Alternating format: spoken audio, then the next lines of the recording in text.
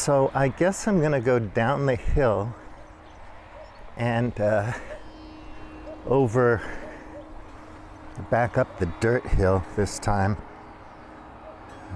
in the park, and I'll take some pictures, pretty pictures, to share with the video. So yeah, can I go this way or not? Forget. No, I don't think I can. Hello, doggies. Guard dogs.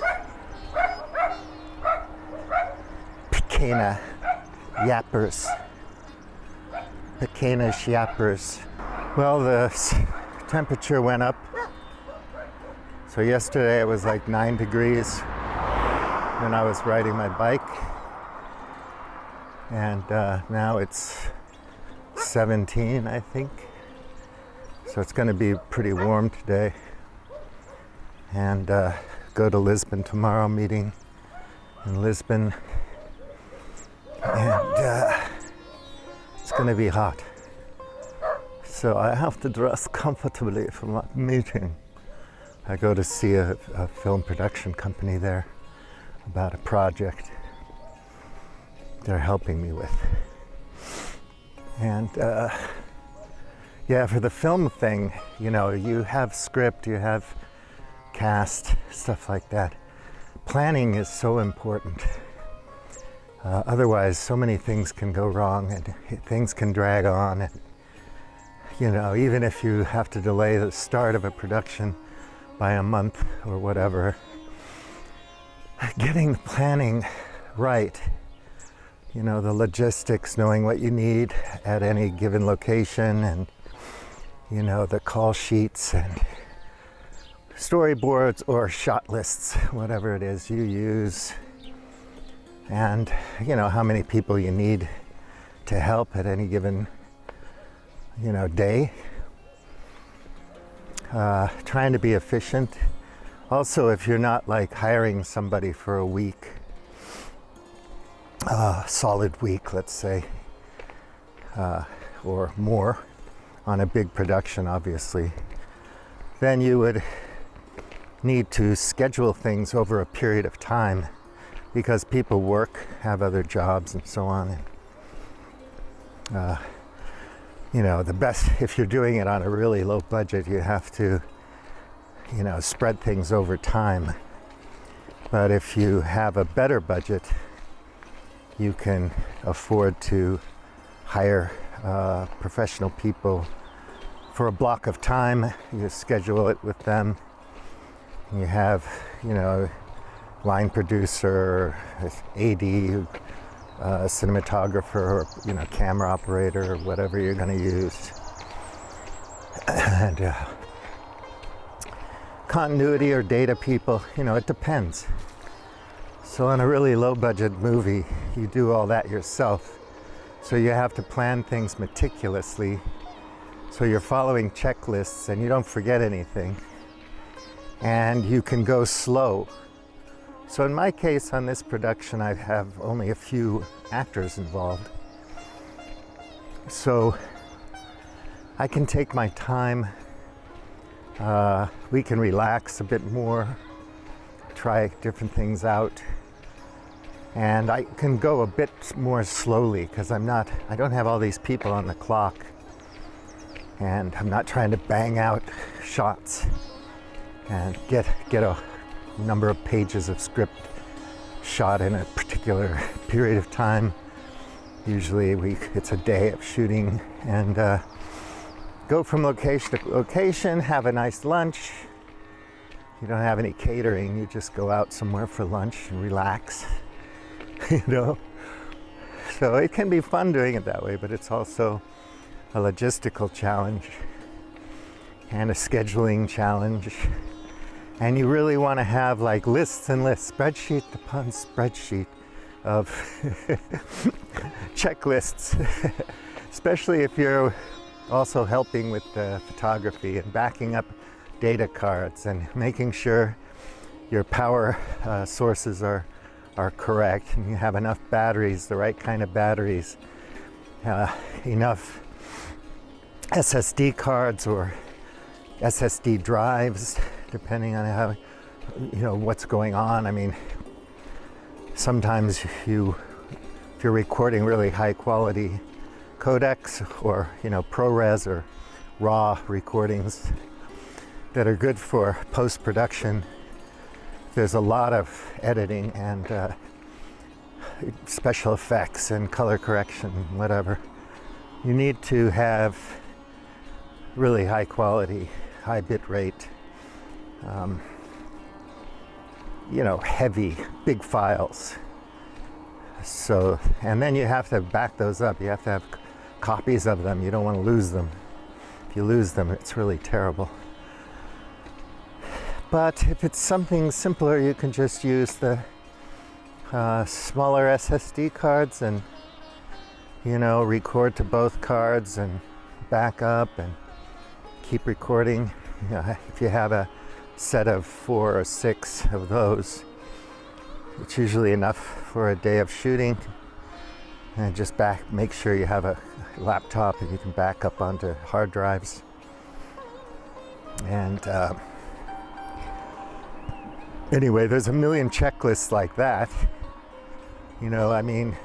Sending someone a wardrobe checklist, if you're asking them to dress themselves and you want a certain kind of look, and maybe you've sent them a lookbook of how they dress and so on and so forth, or discussed it in rehearsal, you sent each other. It's nice to have these smartphones and WhatsApp groups or whatever groups you want to set up where you can have some project management software or something like that. Share images, like, okay, I'm thinking about wearing this, what do you think? Can we go with a different color palette, blah, blah, blah, here's an example.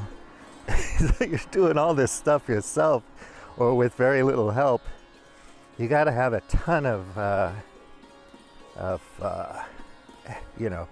lists, and you have to think through things. Did I forget anything? What's not on the list? Checklists, right? Put them on your phone in software. Print them out.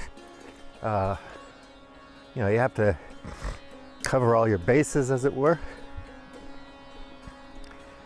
And if you can do all that, if you can just be patient, slow down, because you want to shoot the movie, you want to do that, you want to edit it, you want to get it out, all those sexy things, the creative work. But if you don't do all that other planning work, pre-production planning prevents piss poor performance, then you're really going to have a hard time. It's going to be a miserable shoot. You're going to be angry at yourself. You're not going to work as comfortably with your people on the project. And it'll be problematic. Oh, I should take some more pics to put up over my voice. And then if everything's planned out and you can just kind of relax, go through it all, make sure you didn't forget anything, then you can concentrate on the creative aspect of things. Because you go into a location and you're expecting a certain kind of light or whatever, you realize it's not happening. You don't have the lighting gear, like you don't have C-stands, or you don't have enough, practical lights, lamps and things in the room, or whatever. Or maybe there's a big window and it's very bright. And in order to not blow out the background, you really have to shoot almost a silhouette of a character, so you might have to do a reverse angle close-up of that same shot to get some detail in the facial expression and leave the silhouette with some detail in the background through the window there, if it helps the story.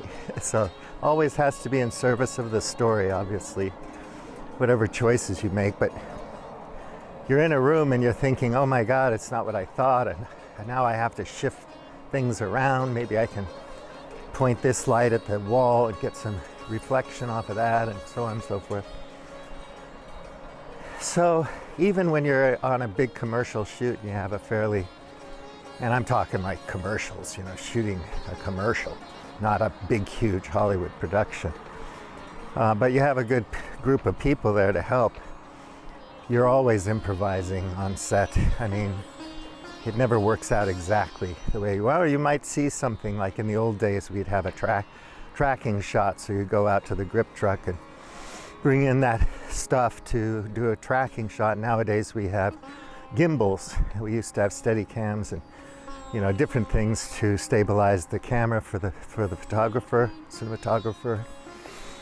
But you might say, oh gosh, well, why don't we do a walkthrough on this hallway where you see the meeting room on the left and you see the poster down at the end, something like that.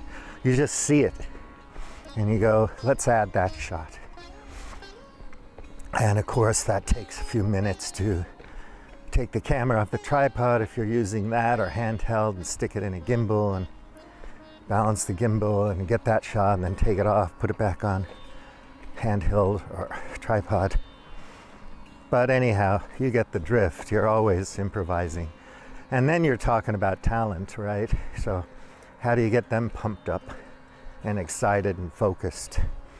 And you want to say just enough to help them with their work, but not so much that you confuse them or complicate something in the scene.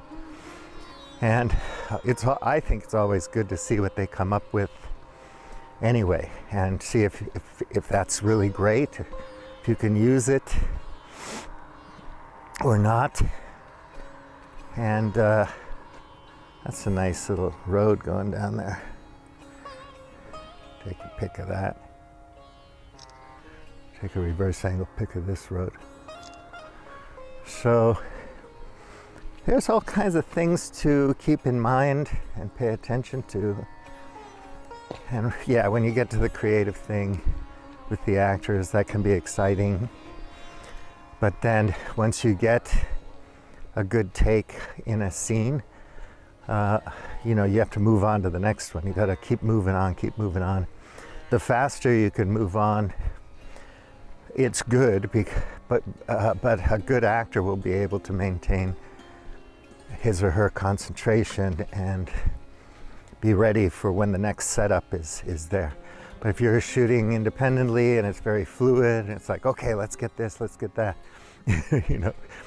just start getting a lot of different angles and shots and details and so on. If you think it's going to help the story, of course, then you go back, you have all this stuff to edit. So that's why people use storyboards and whatnot. So, they're kind of sticking to the script kind of thing. The images that they want to get, having some extra, because that's a whole other process of storytelling, post-production, where you're using color correction and coloring, color design in the footage, and then music and the pace of editing. A good editor can really change a scene using the same shots very easily, just by cutting at a different place or in a slightly different sequence. So that's a whole other part of it. Mixing, the sound part of it. There's so many elements to that. You can have layer after layer after layer of sound effects and ambient sound and room sound,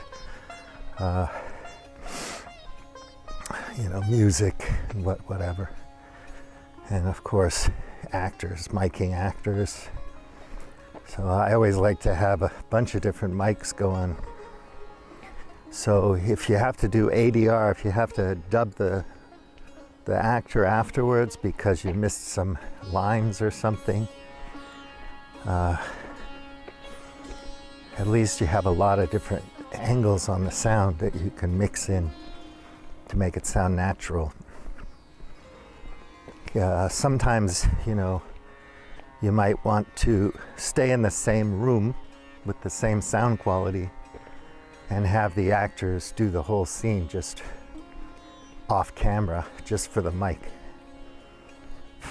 Because sometimes you can cut to a different angle where you don't see the person saying their line, And you get there, anyway, blah, blah, blah. Anyone who's a filmmaker knows what I'm talking about. But there's lots of meetings and work to be done before you shoot anything. That's the main point. So there's legwork involved. Have to go out, meet with the folks, make sure you're on the same page, continue with your work. So I'm going to share an article this guy wrote, I sat on the bicycle the other day, yesterday, on propaganda, and he's coming from a right-wing perspective. And of course he thinks that right-wingers, the right, whatever that is, has to learn how to make use of publicity, propaganda, public relations, all forms of corporate communications and whatnot, to win the battle, the ideological war. Of course, I don't think, obviously, from the most despotic, horrific, evil regimes to the most benevolent,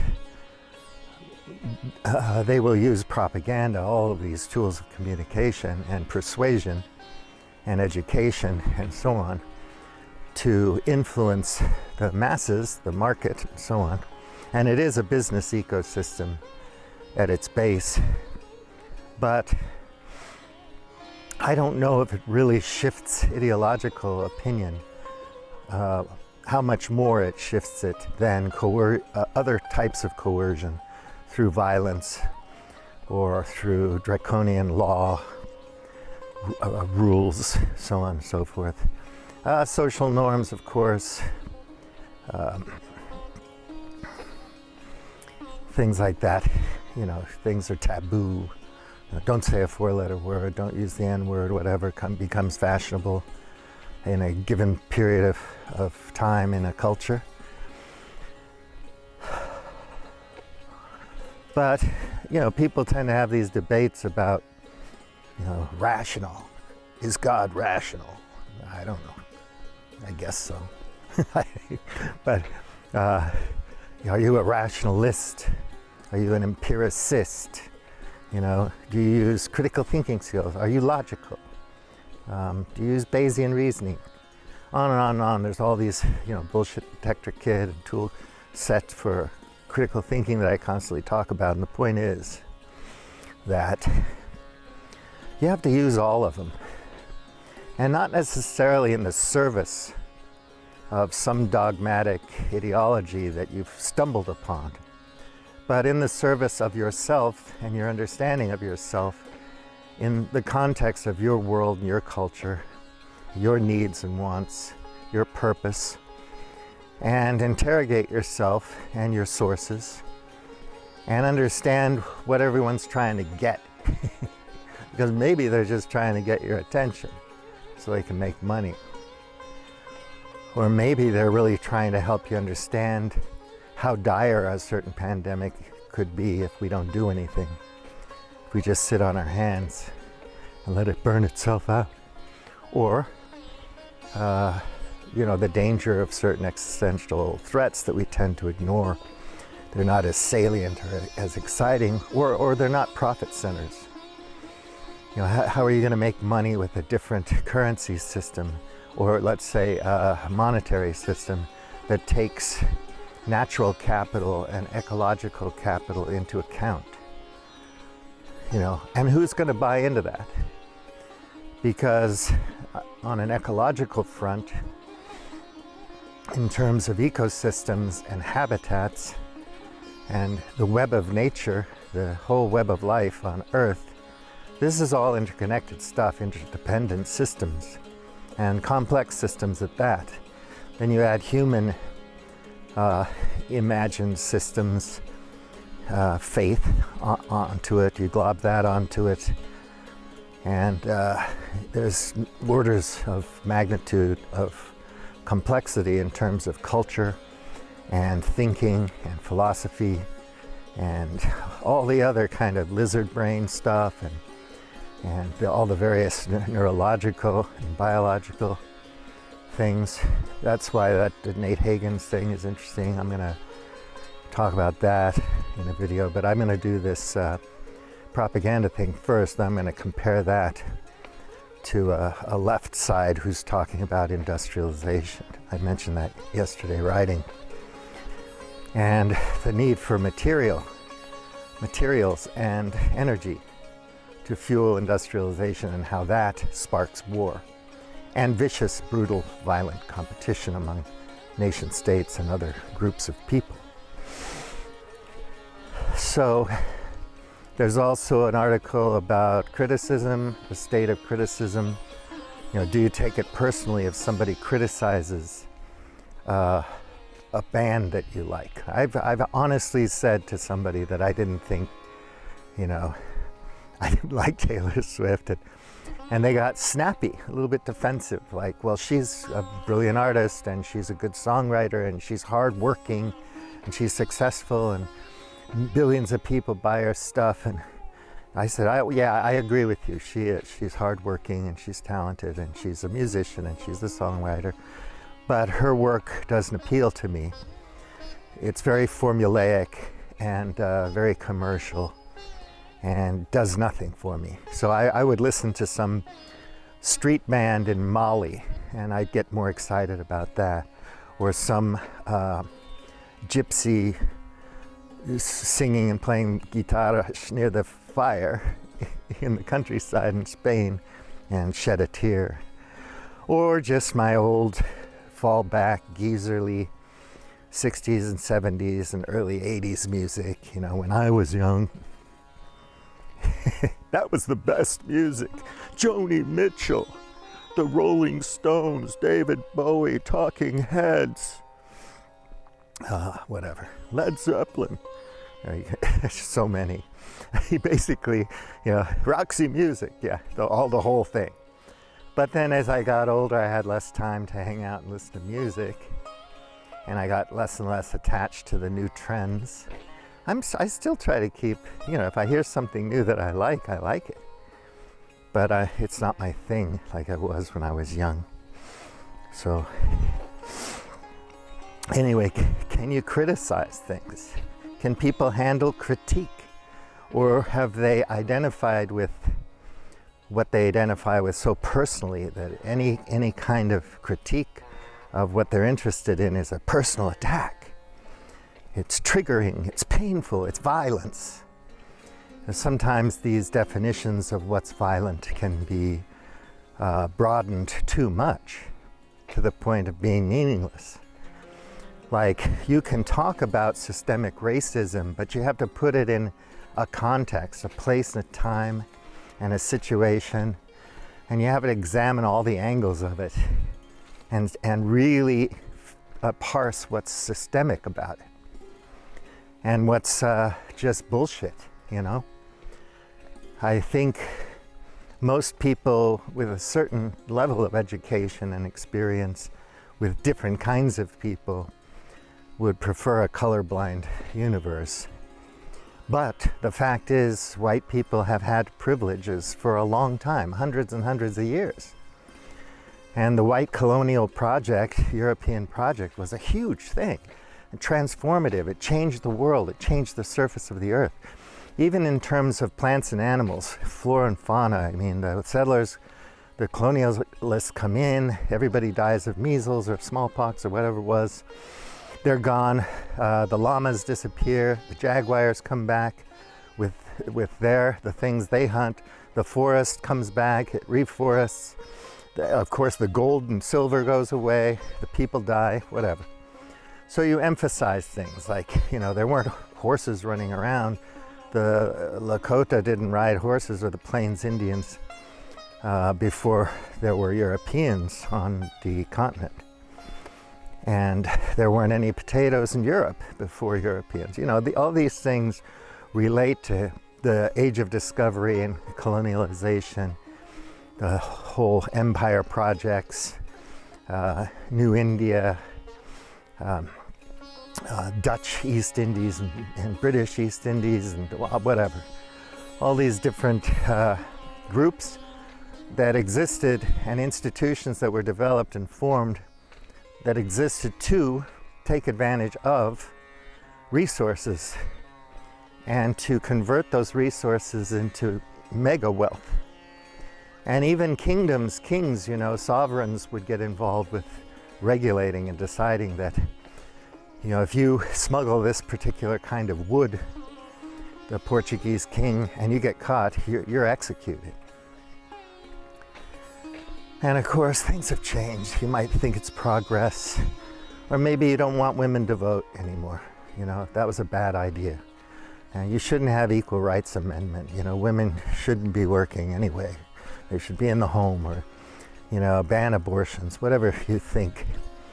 But things do change, and pretty soon the Harvey Weinstein couch approach to managing talent in your company is no longer cool. People push back against it and say, no, I don't like that. That's not going to happen anymore. If enough people agree to that, the social norm changes. Overton windows get foggy and weird and pulsate and whatever, but things shift and change, and these changes have a huge impact on everything. So now, of course, CO2 is having a huge impact on our habitat and our ecosystems and so on. And these are complex systems with complex causal feedback loops and whatnot, and hard to keep control over. So when you look at these articles, in order not to go on and on with these videos, I'm just going to do one article at a time. But the suggestion is that you take 5 or 10 of these articles that I'm looking at. Yeah, I'm sorry, it's arbitrary. It's me looking at it. I'm curating, whatever. But it's something. You don't have to do it with what I'm looking at. You could do it with whatever you're interested in. But you want to look at things from different points of view, different perspectives. You want to challenge your own personal ideology and beliefs and knowledge and understanding of things.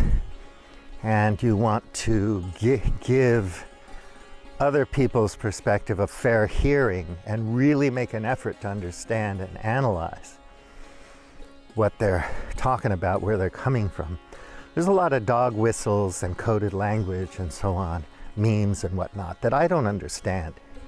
And I just like, what the fuck did that mean? So I have to look it up and figure it out. And then you notice them all the time. Oh, okay, he's talking about that.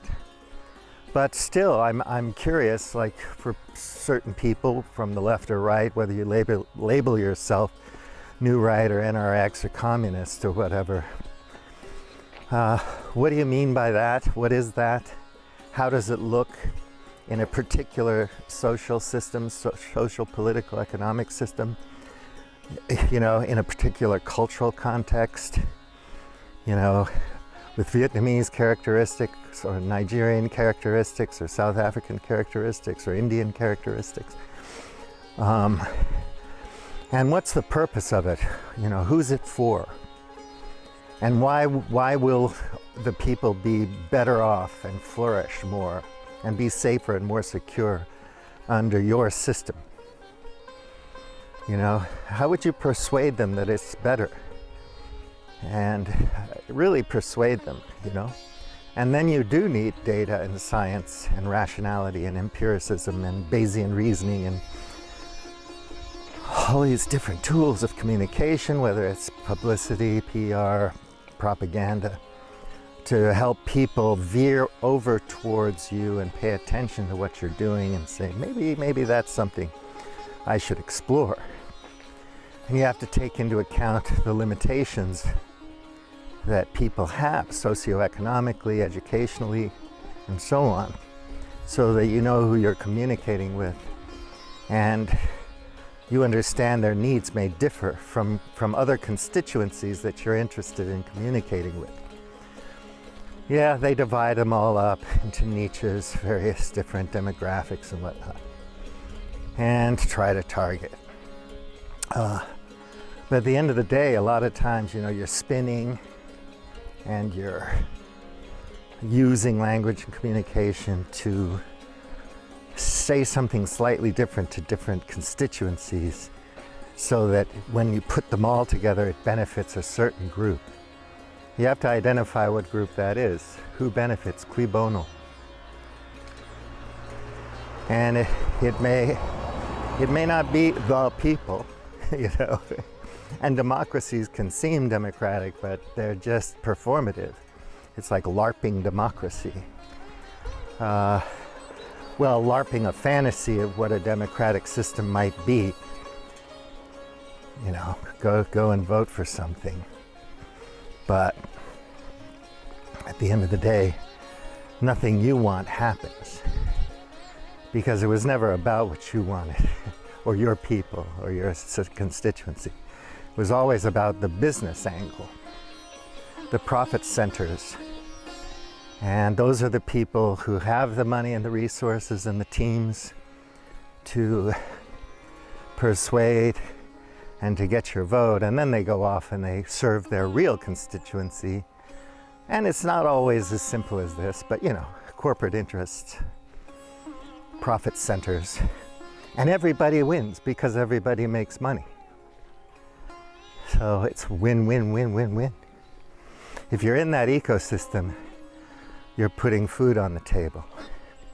And if you're heterodox or critical or outside of that, you're going to have a harder time making a living. So then we have motivated reasoning, we have different kinds of incentives that push us in certain ways. And we conform to those because it gives us the status and the attention and the money we need to get what we want. And sometimes we don't even know what we want. So you have all kinds of people who work hard for 20 years and then quit and do something totally different and say, this is what I did for 20 years I shouldn't have done. So one of the characters in my film is a retired person who is like that. He just retired and he's having an uneasy time trying to reconcile his life's work and what he feels like doing now and how he's looking at the world differently. And then he's going through a relationship with his daughter at this time, and some of this bubbles up. So that's one of the threads in the piece. And how does that change you? And where do you wind up? So they say the truth hurts.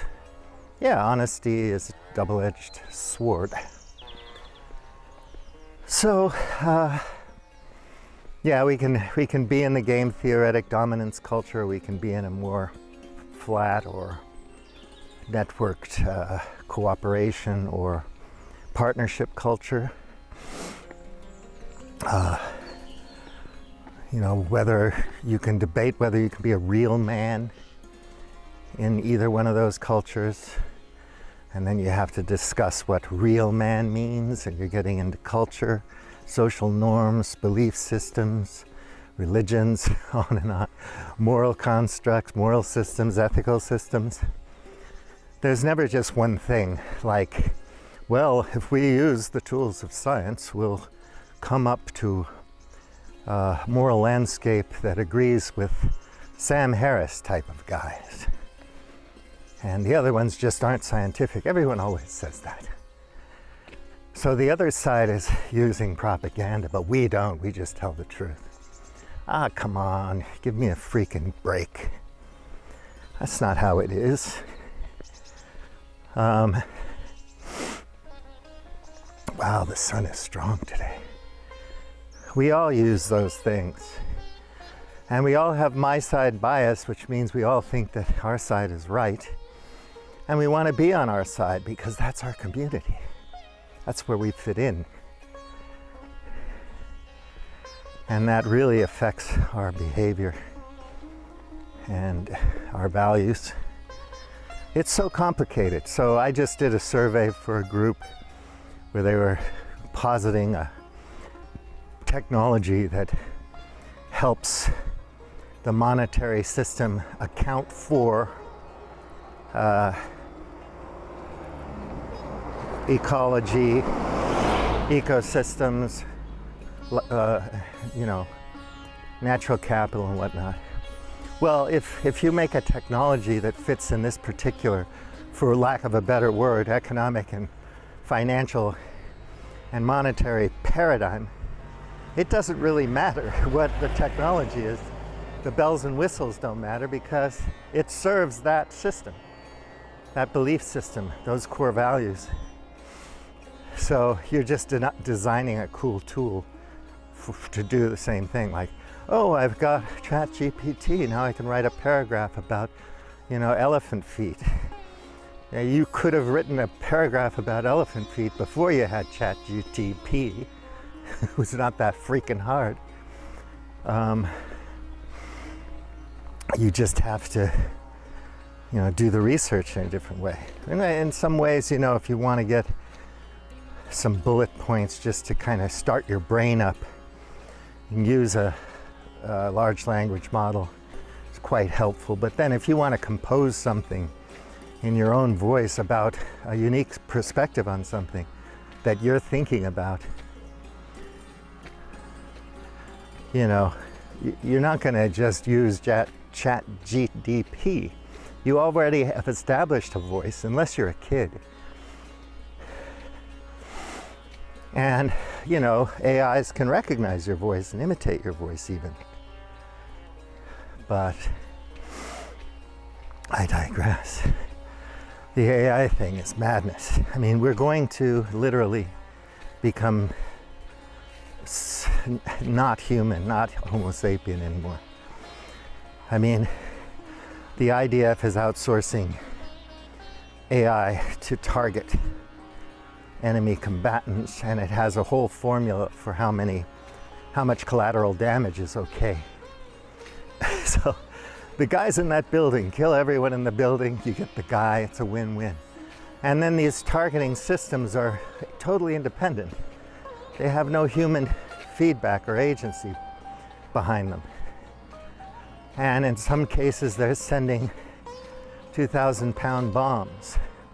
It's absurd. It's disgusting, it's grotesque, it's evil, it's horrific.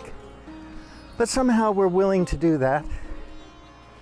And we're not willing to confront the complexity of sociocultural, political, philosophic, metaphysical things in our world that provide the lattice work or the ground for everything we do.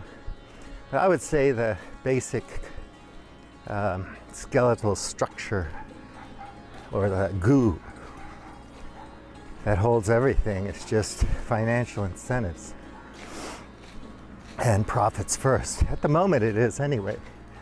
You can call it neoliberal, neocon, whatever you want to call it. But the shout out to freedom and democracy is a joke. And if you're the kind of libertarian that thinks, I just want to be free to do what I want to do and fuck everybody else, that's not freedom.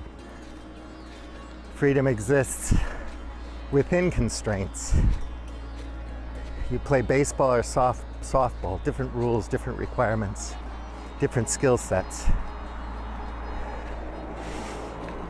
Yeah, so I would beg everyone to engage and then to find a way to connect with members of their community to up our game in terms of intelligence, intellectual rigor, understanding of things, knowledge of things, so that we can actually get together and do something about something. And some things, they need some doing. But right now we tend to think that, if I have enough money, I can buy whatever I need, including therapists or quote-unquote company. Oh, that pole dancer really, really likes me. Her eyes just light up when I come into the bar,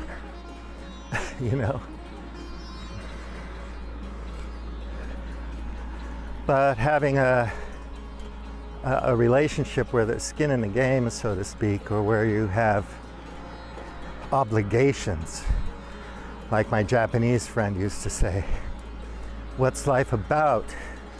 Hiro-san, he says, obligations. But is he unhappy? Is he a miserable human being? No. He's perfectly healthy. I still know him. He's alive. He's very old now. He's not alone. Still enjoying life. And presumably, he still has plenty of obligations. So, there you go. Omedetou yokatta. So, but of course, if I embark on a project like this, it won't get many eyeballs. You have to know how to package it and spin it to excite people enough to want to pay attention and deliver something to them. So for most intellectual influencers, what you get from supporting them is not necessarily an opportunity to learn anything, because sometimes you're just a member of the choir. So you already agree with the guy. You just want reinforcement. And the guy gets captured by his audience because you're reinforcing them, they're reinforcing you. And you think, I'm smart. So a super fan way, you tell the guy what a wonderful analysis that was in his essay or something, and you get 5, 10 comments below saying, yeah, and what about this? When he said that, that was amazing too. And people want to chime in a little bit, and they feel really smart. And it's just a good feeling. It's a good little dopamine hit. It's a special kind of combination of neurochemicals that feel real nice. And when your hip cat doesn't get you, it hurts. It's like, I'm your fan, man. Of course I'm not exactly like you, but you didn't get me? Oh my God. Most people just want stimulation, so go to the porn site if that does it for you. Or I watched this piece about a famous 17-year-old gamer in Moscow. Oh, sorry, he's in St. Petersburg. And he went from being just a gamer internationally, the war broke out, to being a computer gamer type supporting the Russian special military operation, which has turned into almost a world war. And he's a very nice guy. Any kid anywhere in the world would recognize him. His enthusiasms, obsessions, his hobbies. He's cute, he's articulate, intelligent, and yeah, he's a Russian. Today it was interesting listening to Nixon and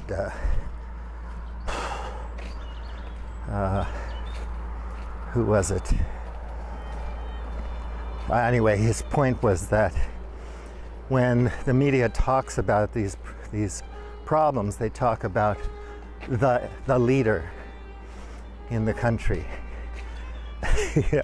So apparently Putin doesn't have a government, doesn't have a court system, doesn't have rule of law, doesn't have any kind of bureaucratic systems or any kind of social systems in Russia. It's just Putin. We're fighting Putin. And yet hundreds of thousands of people will sign up and die in a war. And they're not being taken to the front at gunpoint. So what's that all about? Right? Xi. We're fighting Xi, the Communist Party. And nobody understands the structure of the political system there. its regional aspects, its various ideological wings, its power structure, and they really don't understand how normal Chinese people feel about being Chinese and life in China, in their region and whatever. Yeah, people have problems everywhere. Politics is ugly, and most people are really pissed at politicians. Portugal's no different. But come on, man, you have to recognize that these people love their country, love their culture, love their national identity, and on and on. And they may not be like you, but they're fairly proud of what they are. And maybe I think the ones who want to be more American will try to emigrate to America. Just like many Americans have gone to China and never come home, or gone to Japan and never come home, or gone to Russia and never come home. These people aren't lunatics or fanatics or terrorists or ideologues. They just like the country and the culture and the people. It appeals to them. And I'm one of those people who's lived in a few countries, right? And I enjoyed it. I recognize at my age the privilege I had and so on. And I also know how ignorant I was in my 20s. Lots of energy, lots of ideas, but not really that smart. You know, put decades of reading under your belt and you start thinking in a different way. But it takes time. You have to be open. If all you read is books on the shelf at an airport or a fast food store, or like 7-Eleven or something, Watson's, you're not going to be quote unquote well read. You have to be aware of the classics, Epictetus, what the difference between Aristotle and Plato is, and how the Stoics were different, and what Hume and Hobbes and Heidegger, you don't have to know all that stuff, but you know that they exist. You know who the rationalists were, philosophy-wise, and you know who the founding fathers were. Maybe you even understand American history from multiple perspectives, because they have people in Vietnam and Thailand and Japan who are scholars of American history. Did you know that? It's true. And they know more about American history, and they know it better than we do, because they're not following a rigid curriculum or a book list, of approved textbooks or whatever. Of course, they have limits on their content as well. No one's perfect. People try to regulate inputs into people's heads. But you might read a historian who's communist Vietnamese and recognize that, wow, shit, they have a point of view that's different, and they've really put some good work and research and new information on the table here.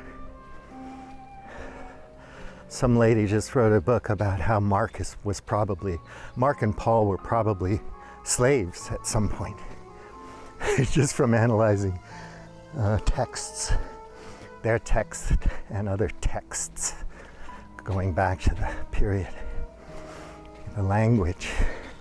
Of course, you don't know, but because scribes were usually slaves anyway, so they might inject some slavishness into their copying of a gospel at some point it becomes canonized, and then it's just an official copy of an official copy.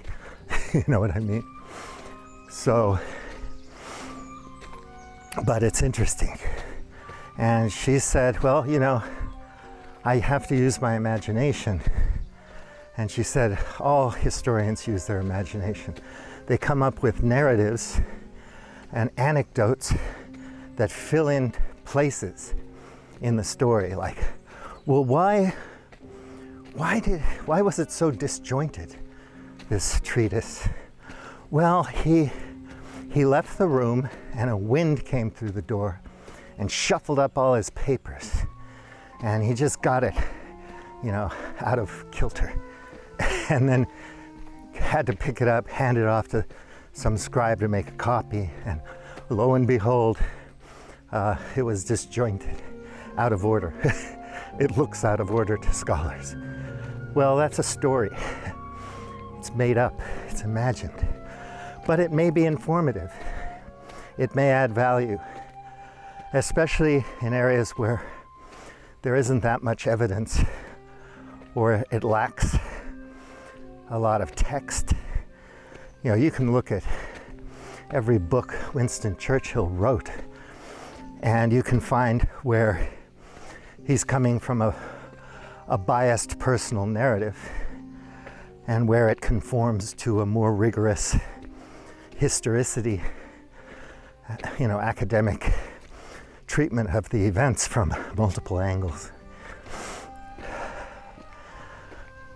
And, you know, that's cool. I'm walking up this big hill now, guys. Ouch. So it's very uneven. I don't want to roll my ankle. So we have to use our imagination to understand things.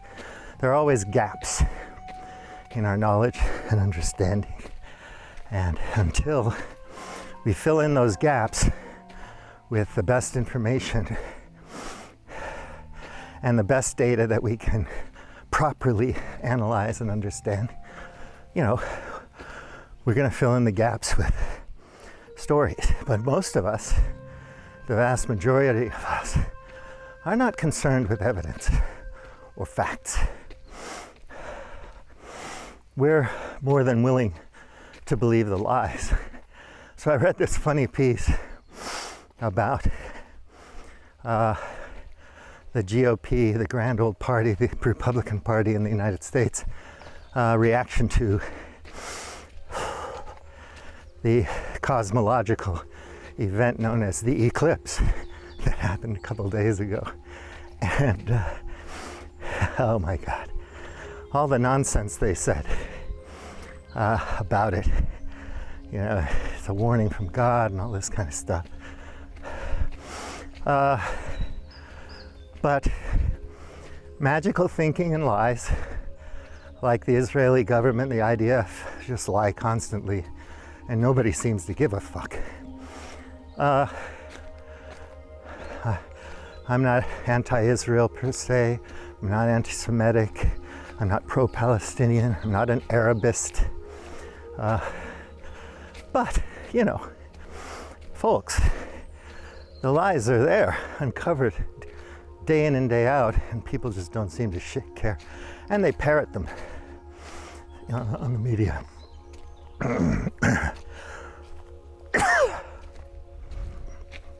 And most people say, I don't really care. Nothing I can do about it. And I understand that attitude. Nothing you can do about global warming.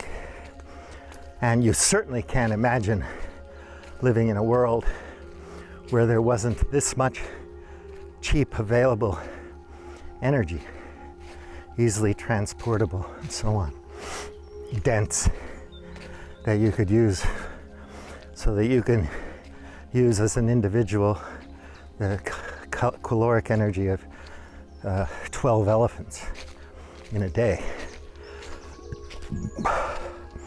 when we usually use 2,000 calories. So you don't care.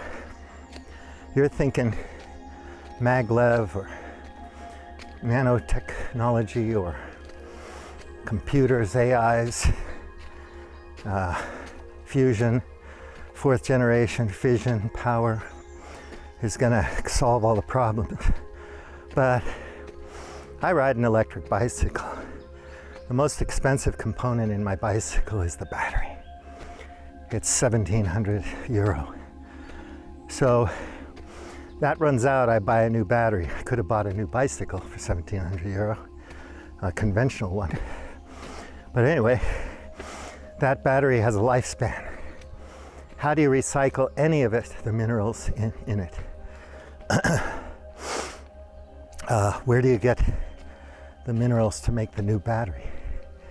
And how much energy does it cost to get the minerals and transport the minerals to a factory and then manufacture the new battery? And are there any ethical or moral considerations within that life cycle? So presumably we have a mini fusion reactor at the mine, and we have AI robots doing all the labor, so all the Congolese can just go to school and become poets and philosophers, musicians,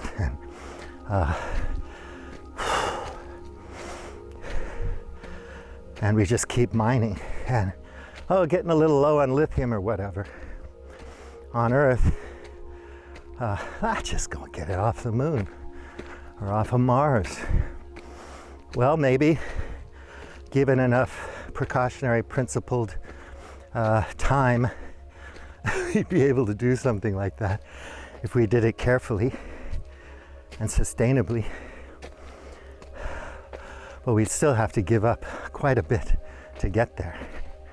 So it might not be you taking advantage of that utopian scenario. It might be your great-grandchildren. But at least there would be great-grandchildren, right? Or maybe it doesn't matter.